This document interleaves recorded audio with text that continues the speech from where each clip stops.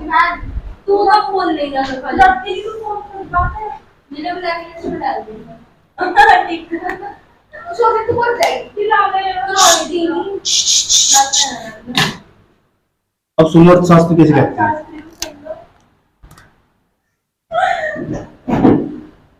अर्थशास्त्र क्या हो, ये मगर हुई है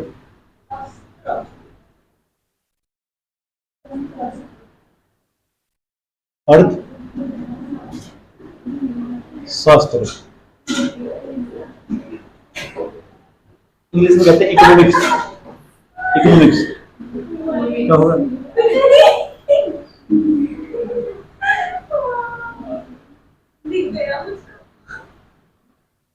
इकोनॉमिक्स क्या नाम है इसका? इकोनॉमिक्स। कोई प्रॉब्लम?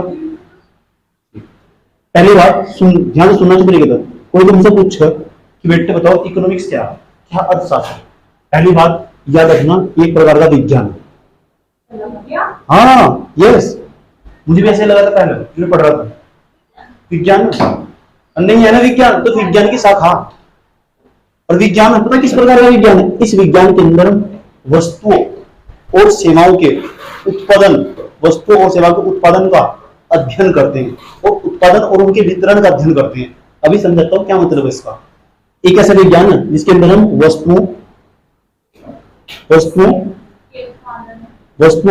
और क्या सेवाओं के उत्पादन और वितरण क्या करते हैं? अध्ययन। ऐसा तो एक ऐसा विज्ञान जिसके अंदर वस्तुओं और सेवाओं के उत्पादन और वितरण का अध्ययन किया जाता हो, ऐसा विज्ञान अर्थशास्त्र कहलाता है। अर्थशास्त्र, इकोनॉमी, अर्थशास्त्र। आज अर्थव्यवस्था नहीं है। आज दोबारा फिर कोई पूछे तुमसे अर्थशास्त्र कैसे कहते हैं, तो अर्थशास्त्र एक प्रकार की विज्ञान की शाखा, ऐसी शाखा जिसके अंतर्गत वस्तुओं और सेवाओं के उत्पादन और वितरण का अध्ययन किया जाता हो। आया समझ में? कभी भी हमेशा याद रखना, क्योंकि इस तरह की परिभाषाएं कभी भी पीसीएस के एग्जाम होने, जो पीसीएस का एग्जाम वहां पूछी जा सकती है और पूछी भी जाती है। आया समझ में? चलो अब सवाल, तो एक काम करो, ये तो अर्थशास्त्र हो, और अर्थव्यवस्था क्या हो ये भी समझ लो।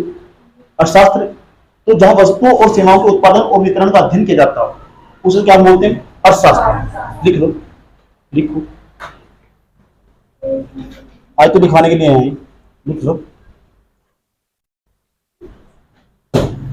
विज्ञान में क्या, सामाजिक विज्ञान का तो ज्यादा बढ़िया। सामाजिक विज्ञान, समाज से इसका अध्ययन रिलेटेड सामाजिक विज्ञान बोल लो।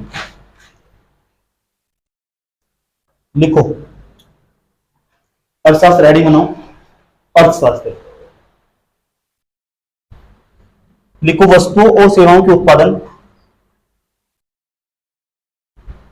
वस्तुओं और सेवाओं के उत्पादन, वस्तुओं और सेवाओं के उत्पादन,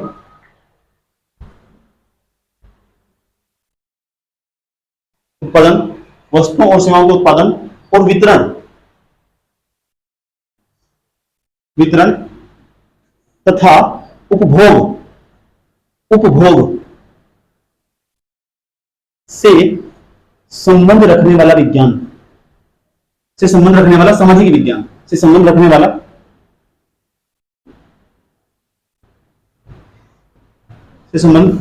वाला सामाजिक विज्ञान ही अर्थशास्त्र कहलाता है। अर्थशास्त्र कहलाता है।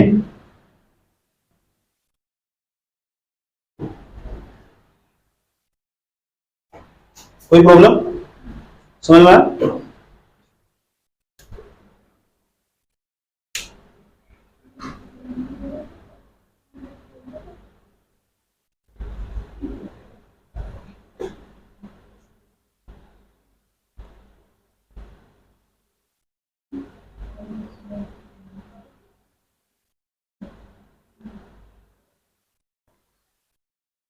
अब सवाल ये नहीं है, अब सवाल ये जो इकोनॉमिक्स हो ना, वो दो टाइप की हो इकोनॉमिक्स। जो हमारी अर्थव्यवस्था होती है ना, ये जो अर्थशास्त्र है, अर्थव्यवस्था नहीं, अभी अर्थव्यवस्था का नाम नहीं आया, याद रखना। जो हमारा अर्थशास्त्र दो प्रकार का हो, एक तो हो मैक्रो इकोनॉमिक्स, एक हो माइक्रो इकोनॉमिक्स। एक तो मैक्रो इकोनॉमिक्स, मैक्रो, एक हो माइक्रो इकोनॉमिक्स। अब मैक्रो और माइक्रो इकोनॉमिक्स दोनों क्या क्या हो, इन दोनों में डिफरेंस समझते हैं। और हम कौन सी इकोनॉमिक्स पढ़ते हैं, क्या हम मैक्रो इकोनॉमिक्स पढ़ते हैं या फिर हम माइक्रो इकोनॉमिक्स पढ़ते हैं, और दोनों में अंतर भी समझना, डिफरेंस पहले समझ लो उसके बाद देखना, समझना बहुत जरूरी है। अभी मैंने क्या समझाया, अभी समझाया कि वस्तुओं और सेवाओं का उत्पादन, यानी वस्तुओं का जितना भी उत्पादन होगा उसका वितरण, उसका डिस्ट्रीब्यूशन किस तरह होगा, उसका उपभोग कैसे होगा, ये संबंध रखने वाला विज्ञान, सामाजिक विज्ञान क्या कहलाता है, अर्थशास्त्र। अर्थशास्त्र आज अक्सर इस तरह की परिभाषाएं इंटरव्यू में पूछी जा सकती है, सही बात है, इसका उससे वैसे कोई संबंध नहीं है, लेकिन ये भी पता होना चाहिए कि अर्थशास्त्र में किस चीज का संबंध रखते हैं और क्या क्या मतलब रखते हैं। आज अभी अर्थव्यवस्था का यहाँ अर्थव्यवस्था नहीं है, ये अर्थशास्त्र, इकोनॉमिक्स, शब्दों जो शब्दावली है उसको गौर फरमाना, समझ में आया। उसके बाद तो सामाजिक विज्ञान ही क्या कहलाता, अर्थशास्त्र कहलाता, ठीक। अब जो अर्थशास्त्र है ना, ये दो टाइप का हो, और दोनों समझना अच्छे तरीके से। दो टाइप का होगा अर्थशास्त्र, एक होगा macro, MACRO, macro economics, ECO economics, जब भी ECO को समझना है इकोनॉमिक्स लिखे, ठीक। उसके बाद हो एक micro economics, micro, MICRO, micro economics, मैं हिंदी में बताऊंगा, घबराना मत बिल्कुल भी, माइक्रो इकोनॉमिक्स, इकोनॉमिक्स। अब मैक्रो इकोनॉमिक्स क्या हो, इसे बोल रहा हूं समष्टि अर्थशास्त्र, समष्टि, समष्टि अर्थशास्त्र, और उसे बोलते हैं व्यष्टि अर्थशास्त्र, व्यष्टि अर्थशास्त्र। अब ये बताना चाहिए किस कौन सा समष्टि अर्थशास्त्र होगा और कौन सा व्यष्टि अर्थशास्त्र होगा। पहले समझ लो ये माइक्रो इकोनॉमिक्स किसे कहते हैं, क्या हमें इसे अध्ययन करना चाहिए। फिर अगला सवाल है कि समष्टि अर्थशास्त्र किसे कहते हैं, हमें कौन से वाले अर्थशास्त्र का अध्ययन करना। पहले ये जान लो कि क्या माइक्रो इकोनॉमिक्स हो और क्या मैक्रो इकोनॉमिक्स हो। अभी मैं तुमसे दो एग्जांपल लूंगा और दोनों देखना तुम्हारी समझ में आ रहे नहीं आ रहे, इसे ही का ही छोड़ दो, आज समझ में। और जो मैं एग्जांपल होगा ना उन्हें जरा गौर फरमाओ क्या एग्जांपल ले जा रहे, ध्यान तो सुनना। इस बार मेरी इनकम होने वाली 50,000, नेक्स्ट मंथ, जुलाई का मंथ था ना, जुलाई में नेक्स्ट मंथ जो आने वाला मेरी इनकम 50,000 के पार करने वाली, एक साल की, एक महीने की इनकम। समझ आई बात, मेरी इनकम मतलब आय, मेरी आय होने वाली, जो मेरी आय, मेरा जो जीडीपी है एक महीने का वो कितना होने वाला, 50,000। आय तुम जीडीपी भी कह सकते हो, वो बात करने वाली है।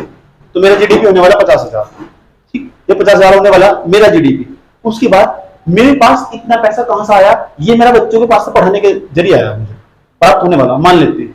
उसके बाद जो मेरा बिजनेस चल रहा साइड से, 50,000 मुझे प्राप्त होने वाला, 50,000 मुझे शेयर मार्केट से मिल गया, तो कितना मेरा इनकम हुआ, 1.5 लाख रुपए का, 1.5 लाख हुआ। उसके बाद दूसरे अलग अलग मैंने सर्टिफिकेट भी खरीद रखे हुए गवर्नमेंट ऑफ इंडिया के, वहां से मुझे भारी भरकम मात्रा में उनको अमाउंट मिल रहा है, और इस तरह करके मुझे वहां से 50,000 प्राप्त हो रहा है। इस तरह करके मुझे 2 लाख महीने की सैलरी, मेरी अमाउंट फिक्स बैठ रहा है आज। तो मेरा जीडीपी अगले वाले नेक्स्ट मंथ का कितना हुआ, 2 लाख रुपए पर मंथ, 2 लाख रुपए मेरा जीडीपी, एक मंथ का है मेरा जीडीपी। ध्यान से सुनना चाहिए था। अभी हम मैक्रो इकोनॉमिक्स और माइक्रो इकोनॉमिक्स का डिफरेंशिएट कर रहे हैं कि क्या अंतर होगा इसके अंदर, समझ में आया बात है। क्योंकि लिखना सबसे लास्ट में आगा, पहले मेरा बोलना आगा, फिर दूसरे नंबर को समझना आगा तुम्हारा, फिर तुम मुझे सुनाओगे, उसके बाद थर्ड नंबर पर लिखने वाले। इतना सा पढ़ना, इतना सा, लेकिन इतना सा भी इतना पढ़ना, कितना कि उससे इतना बड़ा बना सको, समझ में आया। थॉट प्रोसेस डेवलप करना, क्या डेवलप करना, थॉट प्रोसेस। तो समष्टि अर्थशास्त्र एक होगा व्यष्टि अर्थशास्त्र, इंग्लिश में अच्छा नाम है मैक्रो इकोनॉमिक्स और माइक्रो इकोनॉमिक्स, अच्छा नाम है ना। तो मैक्रो इकोनॉमिक्स और माइक्रो इकोनॉमिक्स। अभी मैं अपने बारे में बताया था, मेरा जीडीपी कितना हुआ था, 2 लाख, कितने मंथ का, 1 मंथ का। अभी तुमने देखा कि जो मेरा जीडीपी वो कैसे बना, जानते हो तो मुझे कहां से कितनी इनकम प्राप्त हुई, मेरे बारे में सब जानते हैं। अब मैं तुम्हें बताता हूँ, अपना खर्चा बताता हूँ। आज समझिए, जो मेरे मोबाइल फोन है ना सब, ये आसपास का जो मेरा मेंटेनेंस कॉस्ट, गाड़ी का आसपास इधर उधर का खर्चा, टोटल मेरा बैठता है 90,000। कितना, 90,000 मेरा जो खुद का खर्चा, मतलब मैं कहाँ कितना एक्सपेंड करता हूँ, कहाँ मेरा कितना खर्चा, 90,000 के आसपास 1 मंथ का चला जाएगा मेरा। आज मतलब 10,000 ना, ठीक। तो मैं क्या करता हूँ, इधर उधर दान दक्षिणा वगैरह वगैरह, और मैं 10,000 रुपए में घर में दे देता हूँ, तो कितना चला गया, 1,10,000। कोई प्रॉब्लम यहाँ तक। उसके बाद बीच में कोई आया, शादी ब्याह फंक्शन हुआ, ठीक, और किसी मुझे एनजीओ में दान करना पड़ रहा है, तो 10-20 हजार रुपए वहां चले गए, मान लो 20,000 चले गए, कितने 20,000, तो कितना बचेगा? 1,30,000 कितना? 1,30,30,000। 1,30,000। अब मेरे पास कितने पैसे बच गए? 70,000। अब तुम बताओ, क्या मुझे 70,000 अपने पास रखने चाहिए कि बैंक में जमा कर देने चाहिए? बैंक में जमा कर देने चाहिए, क्योंकि बैंक मुझे ब्याज भी देगा ना। अभी जो मैंने ये भी मैं जो तुम्हें समझा रहा था ना, कहां से मेरे पास कितना पैसा आया, कितना मैंने खर्च कर दिया, कहां से मेरे पास पैसा आया और कहां मैंने खर्च कर दिया, सब मैं अपने बारे में बता रहा था। अब सोचो, भारत के अंदर इतने सारे आदमी, सबके पास अपना जीडीपी होगा, क्या सबका तुम याद रख लोगे? याद रख लोगे जितने भारत में लोग? इससे पता क्या है, इसका मतलब सूक्ष्म लेवल पर बढ़ रहे हैं। इस सूक्ष्म लेवल का जो थ्योरीज था ना, प्रत्येक व्यक्ति कहां कितना पैसा कमा रहा, कितना खर्च कर रहा, क्या कोई से याद रख लेगा?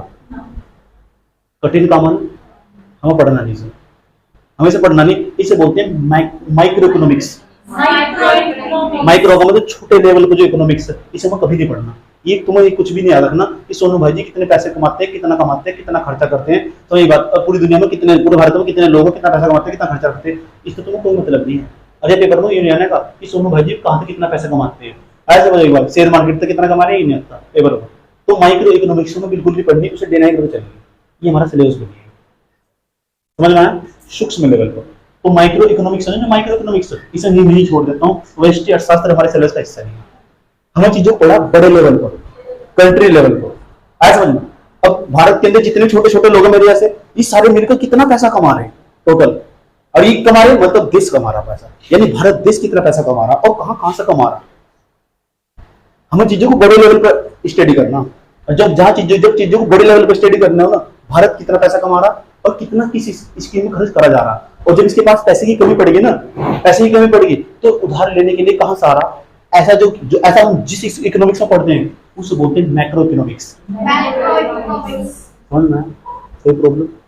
तो ये माइक्रो इकोनॉमिक्स और मैक्रो इकोनॉमिक्स के अंदर समझ में आया नहीं क्या? भले तुम इसकी परिभाषा नहीं लिख सकते, लेकिन अभी तुम्हारे दिमाग और दिल में मुझे इतनी जानकारी कि तुम्हारे अंदर दिमाग बात फिट हो चुकी कि कौन सा माइक्रो इकोनॉमिक्स हो और कौन सा मैक्रो इकोनॉमिक्स हो।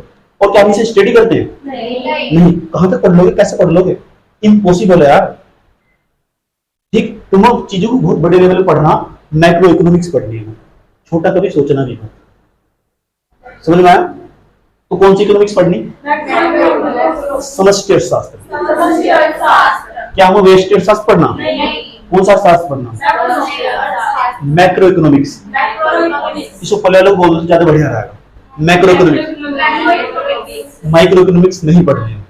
ऐसा तो पूछा ये कैसा अर्थशास्त्र हो? ये है ना, ये एक अर्थशास्त्र की ऐसा शाखा जिसके अंतर्गत अर्थशास्त्र की जो शाखा है जिसके अंतर्गत वस्तुओं और सेवाओं को बड़े स्तर पर अध्ययन किया जाता है।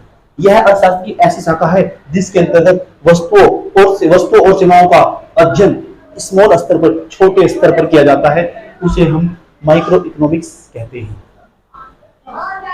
ठीक, तो परिभाषा यहाँ पे जनरेट हुई और लिखते हैं। एक काम करो, हेडिंग बनाओ नीचे, अर्थशास्त्र के प्रकार। अर्थशास्त्र के प्रकार, हेडिंग बनाओ नीचे।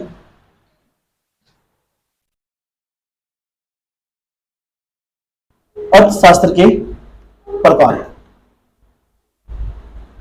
बनाइए। टाइप ऑफ इकोनॉमिक्स, ब्रैकेट में type of economics, TYPE, type of economics.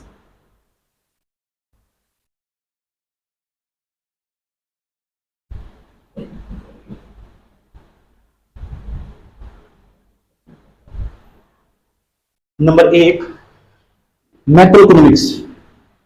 Number 1 ये वाला लिखो, माइक्रो इकोनॉमिक्स, ये वाला लिखो पहले, micro economics. Number 1 micro economics, पहले नंबर में से लिखो, इसे डिनाई कर देंगे। लिख दिया माइक्रो इकोनॉमिक्स। नंबर 2 लिखो मैक्रो इकोनॉमिक्स, मैक्रो। अरे यार इस तरह का डायग्राम बनाना। ठीक, ये पैराग्राफ वाइज लिखना छोड़ दो, ये बदल बनाने छोड़ दो। मैक्रो इकोनॉमिक्स और माइक्रो इकोनॉमिक्स और मैक्रो इकोनॉमिक्स लिख दिया ना। और जो आपने वो लिखा ना माइक्रो इकोनॉमिक्स लिखा, तो हम ऐसे कह सकते हैं जो माइक्रो इकोनॉमिक्स हो इसमें व्यक्तिगत तरीके से बात होती है, व्यक्तिगत तरीके इंडिविजुअली बात करते हैं, और इसमें समग्र रूप से बात करते हैं, समग्र रूप से करते नहीं, होलिस्टिक व्यू से बात करते हैं, और इसमें व्यक्तिगत रूप से बात करते हैं। क्या हमें व्यक्तिगत रूप से बात करनी है क्या? नहीं करनी ना, फिर हम कौन सी रूप से बात करें? समग्र रूप से। हमें अपनी जो थिंकिंग लेवल है ना उसे ऊपर उठाना होगा, चीजों को जनरलाइज करना होगा। ऐसा नहीं जो हमारा थिंकिंग लेवल है ना यहाँ धसा हुआ, इसे ऊपर बाहर निकालना होगा, अपने घर गांव ग्रामीण बस्तियों से, हरिद्वार से, उत्तराखंड से बाहर निकाल कर और केंद्र के लेवल पर लेके जाना होगा और वहां बात करनी है। समझ में आया? लिखो अभी जो तुमने लिखा ना माइक्रो इकोनॉमिक्स, लिखा माइक्रो इकोनॉमिक्स, तो लिखो यह व्यक्तिगत उपभोक्ताओं और व्यवसायों पर केंद्रित होता है। यह व्यक्तिगत उपभोक्ताओं और व्यवसाय में लिखना व्यवसाय, यह उपभोक्ताओं और व्यक्तिगत उपभोक्ताओं और व्यवसायों लिख दिया, व्यवसाय समझते हो, बिजनेस, व्यवसायों पर केंद्रित होता है, ऐसा मैं क्यों लिखवा रहा हूं? मैं चाहता था लिखवा सकता था, लिखने से भाषा शैली का विकास हो, क्लास में लिखने से ना भाषा शैली आ जाती है। उस साइड में लिखो, साइड में दूसरे नंबर की हेडिंग में ये लिखो, यह एक ऐसा अर्थशास्त्र होता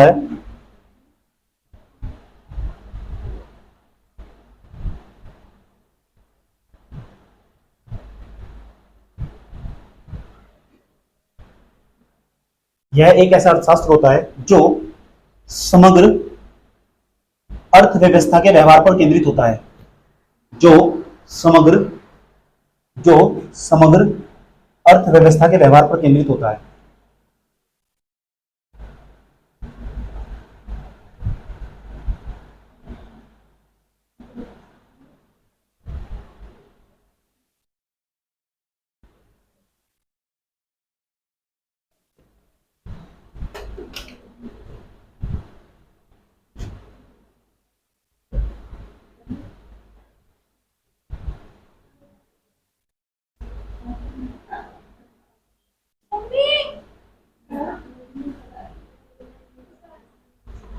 ठीक, अभी समझा अर्थशास्त्र, क्या समझा?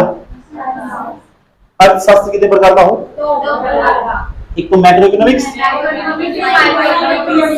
अब हम समझने वाले अर्थशास्त्र, तुमने समझ लिया। अब समझने वाले अर्थव्यवस्था क्या हो। नाम में बहुत कुछ छिपा हुआ हो, किसी का नाम सोनू रखा गया, इसे छोड़ दो, काजल, किसी का नाम काजल रखा गया, तो काजल का मतलब क्या हो? नहीं, काजल का ये मतलब होगा कि अंक हम जरूर काजल लगाती है यहाँ बचपन का, तो जरूर नाम रखा गया। अब अर्थव्यवस्था, नाम रखा गया अर्थव्यवस्था, सुनो ध्यान लगा,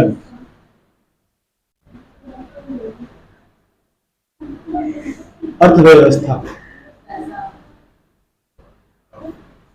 अर्थव्यवस्था का मतलब क्या है? यानी व्यवस्था करना, किसकी? पैसे की व्यवस्था करना, इकोनॉमी की अरेंजमेंट करना, इकोनॉमिक्स, इसे बोलते हैं इकोनॉमी, अर्थव्यवस्था, इसे तो क्या बोलते हैं? इकोनॉमिक्स बोलते हैं, इसे इकोनॉमी बोलते हैं। तो कभी कभी अर्थव्यवस्था और अर्थशास्त्र एक ही मतलब कह देते हैं, लेकिन अर्थशास्त्र व्यापक अवधारणा और जो है ना अर्थव्यवस्था या ना शॉर्ट अवधारणा, छोटी अवधारणा, आज समझ लो। ठीक, अभी अर्थव्यवस्था, इसे समझने वाले अर्थव्यवस्था में होता क्या?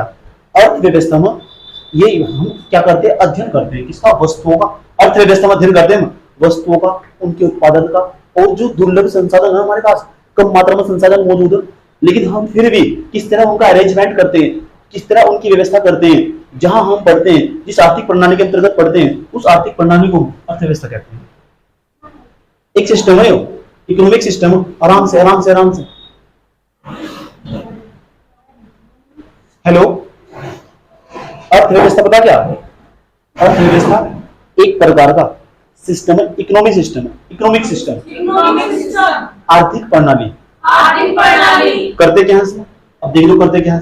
मैंने कहा जो उत्पादन है ना और वस्तुएं वस्तुएं सेवाएं हैं, उनके उत्पादन की प्रक्रिया पढ़ाई जाती है, उनका अध्ययन कराया जाता है। जिस जिस विज्ञान के अंदर क्या रहता है ना, उसका नाम अर्थव्यवस्था। उनका अरेंजमेंट कैसे होगा, तुम्हारे पास कम मात्रा में संसाधन मौजूद है, उनका वितरण किस प्रकार किया जाए ताकि उनका जो संसाधनों का वितरण सुनिश्चित तरीके से हो पाए। जो अंतिम श्रेणी में खड़ा हुआ व्यक्ति है उसके पास भी संसाधनों का वितरण हो जाए, समावेशी विकास की अवधारणा को बल दिया जा सके। समझ में आया? ठीक, इसे बोलते हैं अर्थव्यवस्था। लाइन क्या लिखनी बताता हूं, देखो हेडिंग बनाओ अर्थव्यवस्था, हेडिंग बनाओ अर्थव्यवस्था।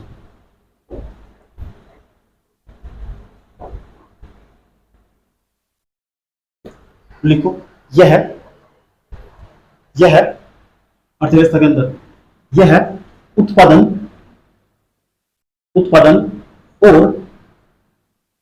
उपभोग विधियों का समूह है। यह उत्पादन और उपभोग विधियों का समूह है। क्या लिखा, जो इसे काम देखो क्या हो, जो यह निर्धारित करता है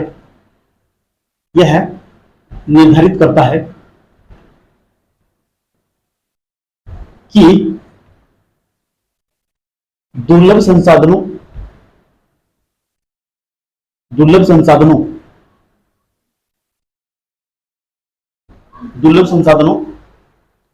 जो है, क्या लिखा, जो है निर्धारित करता है कि दुर्लभ संसाधनों को कैसे आवंटित किया जाए, कैसे आवंटित मतलब बांटा जाए।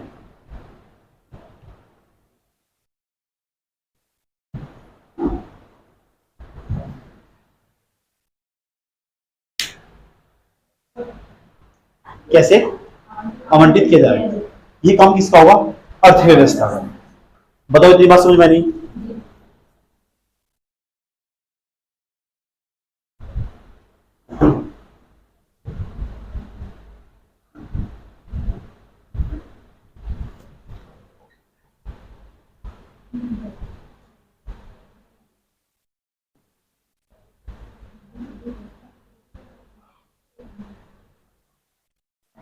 ठीक, अब जो अर्थव्यवस्था ना, ये अर्थव्यवस्था ऐसी हो सके, एक तो हो जो बंद अर्थव्यवस्था हो, जैसे वर्ष 1991 से पहले हमारे यहाँ की अर्थव्यवस्था, उस व्यवस्था को हम ना बंद इकोनॉमी कहते हैं। बंद इकोनॉमी, बंद अर्थव्यवस्था। ठीक, और एक ऐसी व्यवस्था होगी जैसे हमने 1991 के बाद अपनाई है, इसे कहते हैं खुली अर्थव्यवस्था। खुली अर्थव्यवस्था, ओपन इकोनॉमिक्स। हमने इकोनॉमी के गेट खोल दिए, कहता था नहीं मैं उससे पहले। इसका मतलब क्या, हाँ इसका मतलब, इसका क्या मतलब, ये तो मैं समझे ना कि इकोनॉमी के गेट खोल देना तो दुनिया में दो ही प्रकार की अर्थव्यवस्था पाई जा। नंबर फर्स्ट बंद इकोनॉमी, नंबर 2 खुली इकोनॉमी। लेकिन एक तीसरी अर्थव्यवस्था ने भी जन्म लिया, आधी तो खुली हुई होगी, आधी बंद होगी, तो बोल मिक्स इकोनॉमी। Mix economy. और हमारे यहाँ ना तो बंद अर्थव्यवस्था है ना खुली अर्थव्यवस्था, हमारे यहाँ मिश्रित अर्थव्यवस्था। आज भी हमारा ना अपने कृषि क्षेत्र के अंदर विदेशी संस्थागत जो निवेशक बाहर के लोग आते हैं, उन्हें अपने यहाँ निवेश करने के अंदर अनुमति दी थी। कृषि के क्षेत्र के अंदर ना जो दरवाजे आज भी बंद कर रखे, इसलिए कहते हैं हमारे यहाँ इकोनॉमी के गेट तो खोल ना, आधे खोल कर रखे, आधे बंद कर रखे। ऊर्जा क्षेत्र में अभी बाहर का कोई भी व्यक्ति हमारे यहाँ आकर निवेश नहीं कर सकता। हमने अपनी अर्थव्यवस्था के जो क्षेत्र, कुछ क्षेत्र खोल कर रख रहे, कुछ बंद कर रखे। आज समझ में, जो बिल्कुल सही करा, जो हमारी परिस्थितियों के लिहाज से बिल्कुल सही था। 1991 से पहले हमारी व्यवस्था बंद अर्थव्यवस्था थी। हम समझ एक बात है, उसे बोलते हैं क्लोज इकोनॉमी। ठीक, और जो क्लोज इकोनॉमी थी ना, वो चौपट हो चुकी थी पूरी तरह, उसे खोलना ना हमारी मजबूरी बन चुका था। समझ एक बात है, वो तुम जानते हो उसकी कहानी, मैंने कथा कहानी तुम्हें बताई, इसमें जबरदस्त तरीके से सीखने मिलने वाली कहानी पूरी डिटेल के साथ। वो तो जो मैंने इंटरनेशनल रिलेशन पढ़ाया था तुम्हें, इंटरनेशनल रिलेशन मतलब अंतरराष्ट्रीय संबंध, तो वहाँ उस सब्जेक्ट के अंदर उसकी जितनी भी जरूरत थी इकोनॉमिक्स की, वो मैंने बताया ताकि अंतरराष्ट्रीय संबंध को अच्छी तरह समझ सको। यहाँ अर्थव्यवस्था ही अच्छी तरह समझ रही, पूरी दुनिया में दो ही प्रकार की अर्थव्यवस्था मिलेगी तुम्हें। अब तीसरे प्रकार की अर्थव्यवस्था जन्म लेगी जब हमने अपनी इकोनॉमी गेट खोल ले, उसे बोलते हैं मिश्रित अर्थव्यवस्था। तो अर्थव्यवस्था के 3 प्रकार होते हैं। देख रहे हैं ना किसी देश के अंदर जाकर, कहीं पाकिस्तान के अंदर तुम जा रहे हो, कहीं तुम पता लग रहा तुम म्यांमार के अंदर जा रहे हो, तो जाने से पहले पता कर लेना कि तुम कहने लगे जाओ मैं तो वहां जाने वाला हो रहा है, लीबिया के अंदर जाने वाला हो रहा है, लीबिया के अंदर तो जाओगे और कहने लगे मेरे तो वहां ना एक कंपनी बनाने वाला हो रहा है, पता चला वहां की तो इकोनॉमी बंद, इकोनॉमी वहां जाकर तो भारत में निवेश नहीं कर सकता। ये अनपढ़ता तो पड़ती कि नहीं है? आया समझ में आई बात है? ठीक। अब भारत के अंदर अब कोई व्यक्ति कह रहा है मेरा दोस्त जो आने वाला यहाँ जमीन खरीदने वाला, कोई बाहर का निवासी आया तो यहाँ खेती जमीन खरीद लेगा? गेट बंद कर रखी, मूर्खता नहीं आया, बेवकूफ बना रहा फालतू का। इसे पढ़े लिखे लोग ना हर क्षेत्र में बोलो एकदम तुरंत कैच कर लगे कहाँ झूठ बोला कहाँ सही बोल रहा। आया समझ में? तो हमारे यहाँ मिलीजुली अर्थव्यवस्था जिसे हम कहते हैं मिश्रित अर्थव्यवस्था। तो पूरी दुनिया में ना आजकल अर्थव्यवस्था के 3 रूप प्रचलित है। Number first close economy, number second open economy और नंबर थर्ड मिक्स इकोनॉमी। और हम कौन से वाले? मिक्स वाले, क्योंकि हमने हमेशा मध्यस्थता के रास्ता अपनाया। ये भारत की पहचान नहीं आज तक। सही बात है, कहीं भी किसी भी क्षेत्र को ले लो, चाहे वो भारत का बौद्ध धर्म क्यों न हो, सही बात है, उसने भी मध्यस्थता का रास्ता अपनाया। पता लग गया? तो अब हेडिंग क्या बननी चाहिए? अर्थव्यवस्था कितने प्रकार की हो? 3 प्रकार। आर्थिक प्रणाली के इकोनॉमिक सिस्टम के कितने प्रकार हो? तो अर्थव्यवस्था के प्रकार, ये अर्थशास्त्र को जो हमने पढ़ा था, और ये अर्थव्यवस्था, नीचे लिखो अर्थव्यवस्था के प्रकार। कॉपी के बीच बीच हेडिंग बनाओ अर्थव्यवस्था के प्रकार।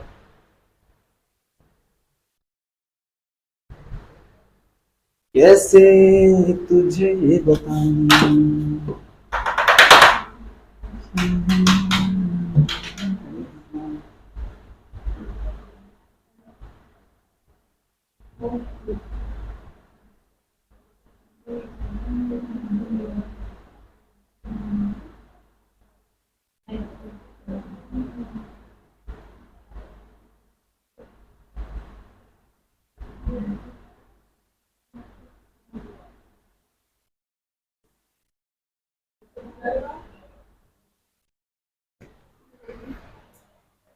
बताओ कोई दिक्कत है यहाँ पे?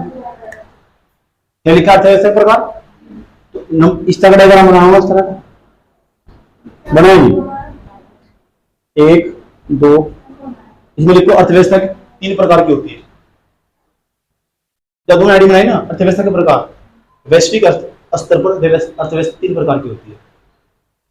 वैश्विक स्तर पर अर्थव्यवस्था 3 प्रकार की होती है। लिख लो बस, थोड़ा थोड़ा ये नोट्स, उसके बाद दिखाना बंद कर दूंगा, आज ही लिखूं। उसके बाद मैं बोलता जाऊंगा, तुम मुझे पकड़ नहीं पाओगे। घर जाकर यूट्यूब पर वीडियो देखो, इतना डाटा बोल लूंगा, याद रखना। मैं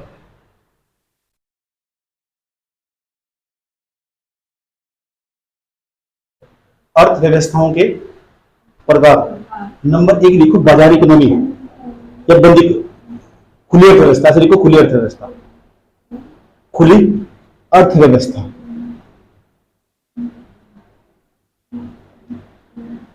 खुली अर्थव्यवस्था याद रखो, इसका दूसरा नाम है बेटे बाजार इकोनॉमी, बाजार अर्थव्यवस्था।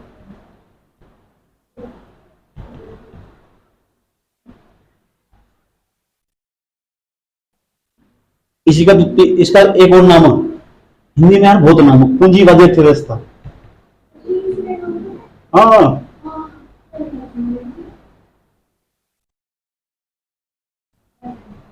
पूंजीवादी अर्थव्यवस्था, ये वाला पूंजीवादी अर्थव्यवस्था, इसे कहते हैं पूंजीवादी अर्थव्यवस्था।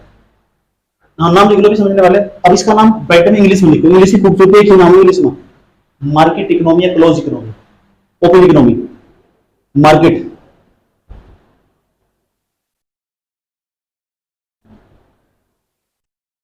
ECONOMAY, MY खाली MY लिखो, इकोनॉमी। क्या लिखा है? मार्केट इकोनॉमी, या एक और दूसरा नाम है इसका ओपन इकोनॉमी।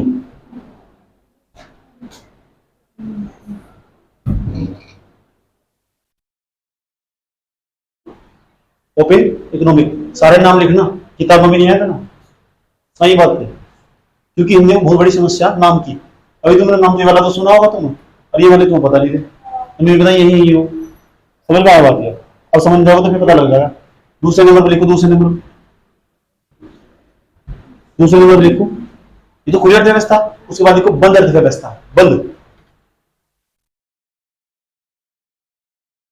बंद अर्थव्यवस्था लिखो, बंद अर्थव्यवस्था। बंद अर्थव्यवस्था लिख दिया। इसमें लिखो क्लोज इकोनॉमी, CLOSED।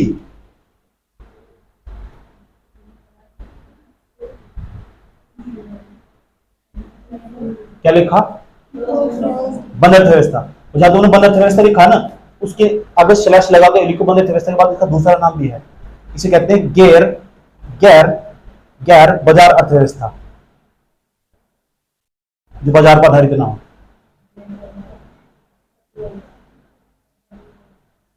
गैर बाजार अर्थव्यवस्था, गैर के बीच में डैश लगा दे, गैर और बाजार के बीच, गैर बाजार अर्थव्यवस्था लिख दिया ना।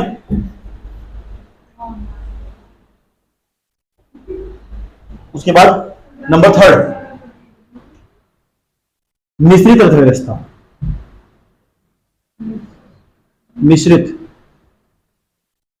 अर्थव्यवस्था,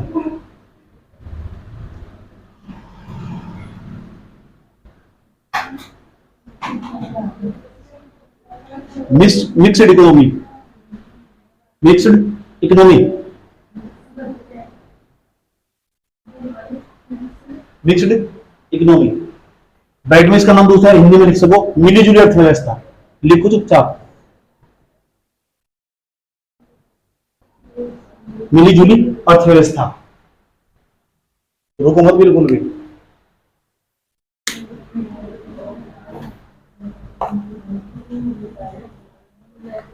दिल को कौन समझाए। समझ में आया? अब एक एक करके समझ भी लो कि कौन कौन सी अर्थव्यवस्था, सरल शब्दों में समझे बहुत अच्छे तरीके से। अभी पहले नंबर पर क्या लिखा हमने, दूसरे नंबर पर क्या लिखा, तीसरे नंबर पर क्या लिखा। बताओ अर्थव्यवस्था कितने प्रकार की है? तो हमारे यहाँ की इकोनॉमी क्या तो बंद हो सकती है, या खुली अर्थव्यवस्था हो सकती है हमारे यहाँ,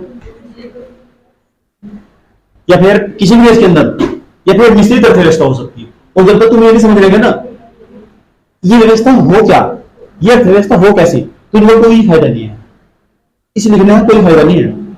और कभी किसी के टर्म कुछ नहीं याद रखना बात यार, लेकिन इनकी टर्मिनोलॉजी ना, इनके नाम हमेशा तुम्हें कहीं ना कहीं दिखाई देंगे कि हमारे यहाँ ओपन मार्केट, क्लोज मार्केट थी, 1991 के बाद हमारे यहाँ ओपन मार्केट हुई, हमने अपनी इकोनॉमी के गेट खोल दिए। और समझते हैं क्या मतलब होगा। देखो दुनिया में जितने भी देश है ना, जितने भी देश है दुनिया में, उनके अंदर तुम 3 प्रकार की इकोनॉमी पाओगे, 3 प्रकार की अर्थव्यवस्था पाओगे। नंबर फर्स्ट, वहां की जो इकोनॉमी होगी ना वो ओपन होगी। क्या होगी? ओपन इकोनॉमी होगी। दूसरी वहां क्लोज इकोनॉमी होगी, क्लोज इकोनॉमी, बंद होगी वहां के गेट। या मिक्स्ड इकोनॉमी होगी। 3 प्रकार की इकोनॉमी तुम दिखा देगी किसी भी देश के अंदर, कोई सा देश चल जाओ, पूरी दुनिया में वैश्विक स्तर पर। अब ओपन इकोनॉमी मतलब खुली अर्थव्यवस्था। ये खुली अर्थव्यवस्था ना पूरी दुनिया में सबसे प्रचलित अर्थव्यवस्था मानी जाती है, उत्तम मानी जाती है सबसे। आया समझ में? ये नहीं कह सकते कौन सी उत्तम होगी, ये निर्भर करता है वहां के लोग कैसे। अभी एक बात बताओ, मेरी मर्जी मेरा घर है, मैं सभी लोगों को आने की अनुमति दूं या ना दूं? मेरे घर को समझो पहले, अर्थव्यवस्था बाद में समझिए। मेरी मर्जी, मैं अपने घर का गेट बंद कर रखूं, कोई भी आना नहीं चाहिए, मुझे किसी से कोई मतलब नहीं है। आया समझ में? ध्यान तो मेरे घर को समझना अच्छी तरह, ठीक? मुझे किसी से पड़ोसी तो कोई मतलब नहीं, इधर की मैं पड़ोसी कोई मतलब नहीं, भाड़ में जाओ तुम सब। मेरे घर का गेट बंद, अपने घर में मैं इतना उत्पादन करता हूं कि मुझे किसी से मांगने की जरूरत नहीं पड़ती बाहर, ठीक? अब बताओ तो इससे बढ़िया क्या बात है? कुछ हो ही नहीं सकता, दूसरों को निर्भर नहीं है। अब मेरे जो पड़ोसी है ना, एक दिन पता क्या हुआ, मेरे घर में कोई नहीं आता। ध्यान तो सुन लेना। अब बताओ जो मेरा घर है ना, मेरे घर की अर्थव्यवस्था कैसी? बंद अर्थव्यवस्था, अंदर अर्थव्यवस्था। अभी तुम्हें लग रहा होगा बहुत अच्छा, किसी से कोई मतलब नहीं है। आया समझ में? और इससे बेस्ट क्या हो सकता कि मैं इतना उत्पादन करता हूं कि मुझे किसी से मांगने तक की जरूरत नहीं पड़ती। आया समझ में? ठीक। उसके बाद तुम्हें लग रहा है बहुत अच्छा, लेकिन एक दिन पता क्या हुआ, अचानक रात को दर्द हुआ मुझे। क्या हुआ? दर्द। और दर्द हुआ ना, तो मुझे अपने पड़ोसियों की याद आई। कुछ भी हो सकता, फ्यूचर अनसर्टेन है, और मेरे घर भी कोई नहीं है था, तो मैं चिल्लाने लगा। कोई भी पड़ोसी नहीं आया, क्योंकि बाहर ना मैंने पाबंदी लगा रखी थी, कोई भी आया ना अपराध कहलाओगा। ऐसे में और कोर्ट में केस कर दूंगा। मैं तड़प तड़प मर गया। अब बताओ, बंद अर्थव्यवस्था बेकार हो या सही हो? अब अभी थोड़ी देर पहले तुम अच्छा लग रहा था, और जैसे मैंने कहा मैं एग्जाम्पल दूंगा तो तुम्हें बेकार लगा। अब ये मेरे घर की बात थी। अब बताओ देश लेवल पर, देश के लेवल पर ऐसे ही हाल भारत का हुआ। वर्ष 1991 से पहले ना हमने अपनी अर्थव्यवस्था के गेट बंद ही करके रखे, बंद अर्थव्यवस्था थी। और जब आर्थिक संकट आया और जब पैसा खत्म हो चुका उनके पास, जब पता लगा कि यहाँ की जो ये ट्रेन रेलगाड़ी चल रही, इनके पास जो कच्चा तेल है वो तो बाहर से आता, और वो खरीदने के लिए तो डॉलर चाहिए, और डॉलर तो हम बना ही नहीं सकते। डॉलर तो एक देश छापता, उसका नाम अमेरिका, और ये तो हार्ड करेंसी, वो तो हमारे पास मौजूद नहीं है, वो तो खत्म हो चुका। सारी गाड़ियां, पेट्रोल, डीजल सब बंद हो जाएगा, पूरा देश रुक जाएगा। दर्द हुआ भारत में। क्या हुआ? तब समझ में आया कि बंद अर्थव्यवस्था किसी काम की नहीं है, और इससे बुरी अर्थव्यवस्था कुछ नहीं है, बंद अर्थव्यवस्था। अब ये बात तुम्हें समझ में आई होगी। सही बात। अब तुम बताओ, बंद अर्थव्यवस्था अच्छी बात हो या खुली अर्थव्यवस्था अच्छी बात हो? अभी तुम्हारा स्टेटमेंट दोबारा चेंज होगा। 1950 तक पहले चले जाओ। आए समझ में? हमारे यहाँ खुली अर्थव्यवस्था थी, उसकी बात सुनो, ध्यान रहे। खुली अर्थव्यवस्था थी, वास्को डी गामा आया हमारे यहाँ भारत में, भारत को ढूंढता हुआ खोज कर सारा का सारा सब कुछ यहाँ तक भर कर लेगा, सब कुछ भर कर लेगा। मिर्च मसाला तो ना 2 करोड़ रुपए का व्यापार करके लेगा वो। आज भी ना इतना जितना में कमाते हैं वो सब भारत की जीडीपी के कई गुना बराबर था, कई गुना पैसा लूट कर ले गए थे हमसे। खुली अर्थव्यवस्था थी जब हमारे यहाँ से। वास्को डी गामा आया जाते भारत को खोजते हुए, वास्को डी गामा ने जितने पुर्तगाली है सब भारत को लूट कर ले गए। अभी इससे डिबेट चलेगी, सुन लो, पहले मुझे सुन लो भी थोड़ी देर के लिए। ऐसे समझ बात समझ में आई? ठीक। भारत को सोने की चिड़िया कहा जरूर जाता था, सोना नहीं आता इसके अंदर। सुन लो, ध्यान लगेगा। हेलो, बात समझ में आया? तो बताओ, जो खुली अर्थव्यवस्था थी, इतनी छूट दे दी खुली अर्थव्यवस्था में, आओ उत्पादन करो और ले जाओ। खुली अर्थव्यवस्था में ना एक देश दूसरे देश को अपना गुलाम बना सकता है। खुली अर्थव्यवस्था में हुआ ना ऐसा? मुझे उदाहरण देने की जरूरत नहीं है, बहुत उदाहरण। पूर्व के जितने भी देश है ना, पाकिस्तान, बांग्लादेश, अफगानिस्तान, इधर के जितने भी देश है सब, म्यांमार, चाइना का भी, यहाँ तक चाइना भी नहीं बचा, सब ये सब खुली अर्थव्यवस्था थे। और जो यूरोप वाले आए टोटल, और अपने संसाधन खोजते हुए व्यापार के बहाने आए थे, व्यापार करने, बिजनेस करने आए थे खुली अर्थव्यवस्था में। और उन्होंने ना उनके घर भारत का विनाश कर दिया, सोने की चिड़िया तक खोखली चिड़िया बना दिया। अब बताओ, खुली अर्थव्यवस्था सही होगी क्या? अभी नहीं समझ में आएगा, अब समझ में आएगा। अब बताओ, क्या मैं अपने घर में तो गेट ही हटा दूं?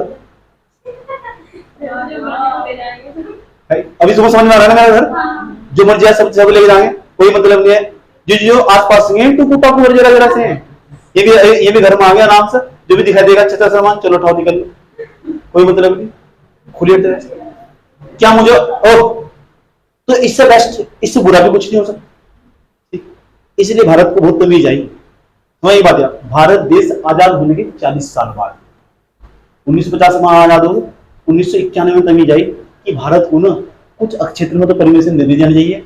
जॉन मेरे दोस्त आ जाओ निवेश कर लो, हमारे पास डॉलर नहीं है, तुम आओगे तो डॉलर लेकर आओगे, और वो डॉलर ना भारत की आरबीआई के खाते में जमा हो जाएगा।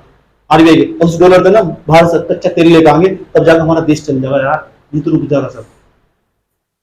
समझ गए? इसलिए भारत ना कुछ क्षेत्रों में प्राइवेट जो निजीकरण उसे तो आने की अनुमति थी, और कुछ में आने की अनुमति नहीं थी। जो संवेदनशील क्षेत्र है, जैसे ऊर्जा का क्षेत्र, परमाणु बम बनाने वाली कंपनियां, हथियार बनाने वाली कंपनियां, इनमें हमने आज तक भी किसी भारी व्यक्ति को निवेश करने की अनुमति नहीं दी, विश्वास नहीं है हमें। इसलिए हमने कुछ अपनी इकोनॉमी के गेट बंद भी करके रखे और खोल के भी रखे। आज समझ लो, कृषि क्षेत्र में हमने अनुमति नहीं दी। कृषि क्षेत्र में एक बार अनुमति देके देखी थी जब हम गुलाम थे 1947 से पहले, और देखा भी कितना उत्पादन। बंगाल, जिसे कभी किसी जमाने में सोने की धरती कहा जाता था, सोने की चिड़िया कहा जाता था, उसका क्या हाल किया ऐसा समझ लो, उसका बुरा हाल कर दिया अंग्रेजों ने। कृषि में आने की अनुमति हमने आज तक नहीं दी। अभी जो कृषि बिल आए थे ना, इसमें कोई भारी व्यक्ति यहाँ आकर निवेश कर सकता था, अब अनुमति देने की कोशिश कर रहे हैं। यह भी एक आलोचना थी, एक जब भी कृषि बिल के बारे में लिखना होता है ऐसे बोलिए भारी व्यक्ति आकर यहाँ कृषि में निवेश कर सकता और वो डॉलर लेकर आगा जबरदस्त मात्रा में। और इसके पॉजिटिव पॉइंट की वो टेक्नोलॉजी भी लेकर आगा। भारत के लोग गए खेत में गेहूं काटने में लगे हुए, ऐसा कितना टाइम वेस्ट कर रहे, सुबह से लेकर शाम तक मशीन आ गई भाई, 1 घंटे में करके चली जाए, क्यों टाइम बर्बाद कर रहे हैं। देश की आलोचना इस बात को लेकर हो कि फिर रोजगार भी तो चला जा रहा है लोगों का। सही बात है। इकोनॉमिक्स पढ़ते वक्त एक बात याद रखना, अगर एक प्रॉब्लम सोल्व होगी ना तो दूसरी प्रॉब्लम खुद क्रिएट होता है, ये इकोनॉमिक्स का रूल है। तो ये बात है, एक तरफ किसी को फायदा होगा ना तो दूसरी तरफ किसी को नुकसान होगा, समझ में आया? इकोनॉमिक्स का रूल हो, एक तरफ किसी को फायदा होगा तो दूसरी तरफ किसी को नुकसान होगा। इतनी बात बताओ, समझ में आया नहीं है? कोई प्रॉब्लम? अब मैं कहने लगा सर इसने मेरे खेत में काम किया, ठीक, और जैसे इसने मेरे खेत में काम किया मैंने इसे पैसे दिए, 10,000 रुपए, ये तो खुश होगी, इसे क्या होगा, बेनिफिट होगा नहीं होगा? नुकसान किसे हुआ? मुझे 10,000 रुपए चले गए मेरे, करा ना, लेकिन एक तरफ किसी को बेनिफिट हुआ दूसरी तरफ किसी को नुकसान होगा। ये इकोनॉमिक्स का रूल हो। 3 अर्थव्यवस्था ये समझाएंगे ना तुम, और तीनों बहुत सरल सरल उदाहरण दिए और तुम्हारे दिमाग और दिल में बैठ गए होंगे कि कौन सी अर्थव्यवस्था। अब जो बाजार जो अवस्था जो हो ना, ये व्यवस्था हो, अर्थव्यवस्था ओपन मार्केट, इसमें जो वस्तुएं हो ये ओपन मार्केट हो, इसमें पूंजीवादी अर्थव्यवस्था बोल रहे हो। इसमें जो संसाधन हो ना, संसाधन उस पर जो नियंत्रण हो निजी हाथों में चला जा। ओपन मार्केट में जो खुली अर्थव्यवस्था हो ना, इसमें जो संसाधन होंगे देश के संसाधनों पर ना जो अधिकार होगा निजी हाथों में चले जाएगा, रेलवे प्राइवेट, सब चीज प्राइवेट होते चले जाएगा। इसीलिए भारत सरकार की आलोचना करी जा, भारत सरकार ना मिक्स इकोनॉमिक छोड़कर ओपन इकोनॉमिक तरफ जा रही है, और ये एकदम सही है। इसलिए सारी चीजें भी तो प्राइवेट होती चले जा रही है, सरकारी नौकरियां गायब हो रही, एकदम सही है बिल्कुल। हमारी जो अर्थव्यवस्था वो ओपन इकोनॉमी की तरफ बढ़ रही है, भाई खुली अर्थव्यवस्था, बाजारवादी अर्थव्यवस्था, पूंजीवादी अर्थव्यवस्था की तरफ बढ़ रही। तो इस सरकार को आरोप भी लगाया जा यह पूंजीवादियों की सरकार है। और पूंजीवादी किसे कहते हैं?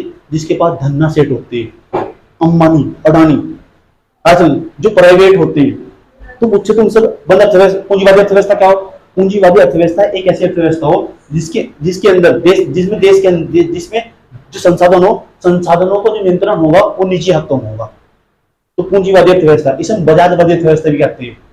सही बात है, बाजारवादी अर्थव्यवस्था, ठीक ठीक। जो इतना बताओ, समझ में आ रही है? ओपन मार्केट किसे कहते हैं? पूंजीवादी अर्थव्यवस्था के अंदर जो संसाधन होते हैं उसको जो नियंत्रण, जो संसाधनों को नियंत्रण होगा, स्वामित्व होगा, वो निजी हाथों में। पता लग गया? तो बताओ ऐसी व्यवस्था सही हो गलत हो? पूंजीवादी अर्थव्यवस्था सही हो गलत हो? है? अभी नहीं समझ में आया, अभी भी एक उदाहरण दूंगा। अमेरिका की इकोनॉमी 22 ट्रिलियन डॉलर की वर्तमान समय में, 22 ट्रिलियन डॉलर की, और भारत की इकोनॉमी 2.9 ट्रिलियन डॉलर की। इतना ज्यादा पैसा पूरी दुनिया में, अमेरिका सबसे पावरफुल है। लेकिन तुम्हें पता नहीं है अमेरिका के अंदर आज तक ऐसी ही व्यवस्था, पूंजीवादी अर्थव्यवस्था। और भारत के पास ना मिक्स्ड इकोनॉमी, तो पहले क्लोज इकोनॉमी थी। यही कारण हम बहुत पीछे है। अगर तुम्हें आगे लेके जाना होगा ना देश को, तो तुम्हें पूंजीवादी अर्थव्यवस्था की ओर बढ़ना ही होगा। और पूंजीवादी अर्थव्यवस्था में ना सारी चीज निजी हाथों में चली जा। निजी को इंग्लिश में क्या कहना? प्राइवेट। और सारी चीजें क्या हो जाएगी? प्राइवेट। सारी नौकरियां क्या हो जाएगी? प्राइवेट। सारे एयरपोर्ट क्या हो जाएंगे? प्राइवेट। सारी सरकारी नौकरियां क्या हो जाएगी? गायब हो जाएगी, सब प्राइवेट। ऐसा हो। तो इस सरकार पर आरोप लगाया जा कि सरकार किसकी ओर बढ़ रही? प्राइवेट की, जो मेरे लिहाज से बिल्कुल सही कर रही, जो मेरे लिहाज से बिल्कुल सही कर रही। ऐसा समझ लो, क्योंकि जब तक हर चीज सरकारी रहेगी ना, एक तरफ तो सरकारी और दूसरी तरफ दिमाग माओ मुफ्त, और फिर भ्रष्टाचार जन्म ले ला। ऐसा समझ लो, सरकारी नौकरी लगने का मतलब पता क्या समझते हैं लोग? अपना दायित्व नहीं समझते। अभी मैं तुमसे एक सवाल पूछता हूँ, और तुम्हारे हाथ पैर टूट गए, कौन से अस्पताल में जाओगे? प्राइवेट में, सरकारी में? क्यों जाओगे? सुविधाएं मिलेगी ना। ऐसा समझ लो, तो कोई गलत नहीं है। हर चीज प्राइवेट हो रही ना, तो फिर सुविधाएं भी ऐसी ही होगी। और जो आज का युवा ना, वो मूल्य चुकाने के लिए भी तैयार है। सबसे बड़ी खास बात हो, पहले आदमी में और अब के आदमी में क्या अंतर था? जो पुराने आदमी थे ना, वे ना 10 रुपए बचाते थे, 10 रुपए बचाने के लिए 10 मिनट बर्बाद करते थे, 10 रुपए बचाने के लिए 10 मिनट बर्बाद कर देते थे। और आज का व्यक्ति क्या होगा, आज का व्यक्ति कैसा होगा? अब 10 रुपए बर्बाद कर रहा है लेकिन 10 मिनट बचा। यानी आज की युवा ना, मैंने कहा था हर अगली जनरेशन पुराने वाली जनरेशन खतरनाक हो, ठीक। और तुम्हारा यंगेस्ट माइंड, तुम मेरे से ज्यादा खूबसूरत हो, खूबसूरत है, और तुम मेरे से ज्यादा माइंड में भी खूबसूरत हो, और तुम युवा हो, यंगेस्ट हो, तुम मेरे से ज्यादा सोच सकते हो लेकिन बोल नहीं सकते। इतना बताया सर, इतने सारे उदाहरण इसलिए दिए ताकि पूंजीवादी अर्थव्यवस्था समझ में आ सके, ठीक। तो पूंजीवादी अर्थव्यवस्था के ना इकोनॉमिक्स की खास बात हो, उसमें हर चीज की दो साइड हो, एक तरफ पॉजिटिव साइड, एक नेगेटिव साइड। पॉजिटिव साइड भी इसका, नेगेटिव साइड भी। लेकिन अमूमन ऐसा देखा जा, अधिकांश अर्थशास्त्री तो पूछा गया, बताओ किसी देश के लिए अर्थव्यवस्था कौन सी सही होगी, पूंजीवादी अर्थव्यवस्था की या वहां बंद अर्थव्यवस्था सही होगी, या फिर वहां मिलीजुली अर्थव्यवस्था या मिश्रित अर्थव्यवस्था सही होगी? तो अधिकांश अर्थशास्त्री, महबूब हक अली, ये पाकिस्तान के अर्थशास्त्री, बहुत बड़े अर्थशास्त्री रहे हुए, इनसे पूछा गया और वैश्विक स्तर पर इनका नाम है। पाकिस्तान को सिर्फ इसलिए नहीं देखो, वहां बहुत टैलेंटेड लोग भी पैदा हुए। आया समझ में? मेरी फ्रेंड थे वहां एक आयत खान, बताऊंगा तुम्हें बाद में उसी गाने में, सुनो ध्यान लगे। ए हेलो, इधर देखो। उनका मानना कि पूंजीवादी अर्थव्यवस्था ना एकदम सही है, लेकिन उन देशों में बिल्कुल सही है जहां की जनसंख्या बहुत कम है। आया समझ में?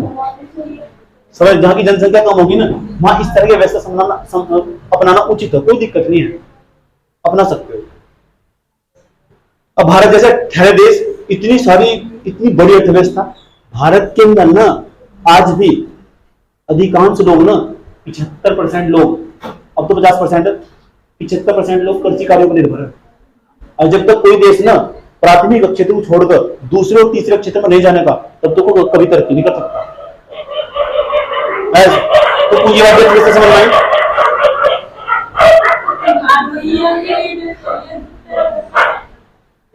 पूंजीवादी अर्थव्यवस्था समझ में आई? उसके बाद वन अर्थव्यवस्था और मिलीजुली अर्थव्यवस्था। कोई प्रॉब्लम? लिखवाई तो नहीं अब तक? लिखवाने का भी नहीं, कल को लिखवाओ। आज के एपिसोड में इतना ही।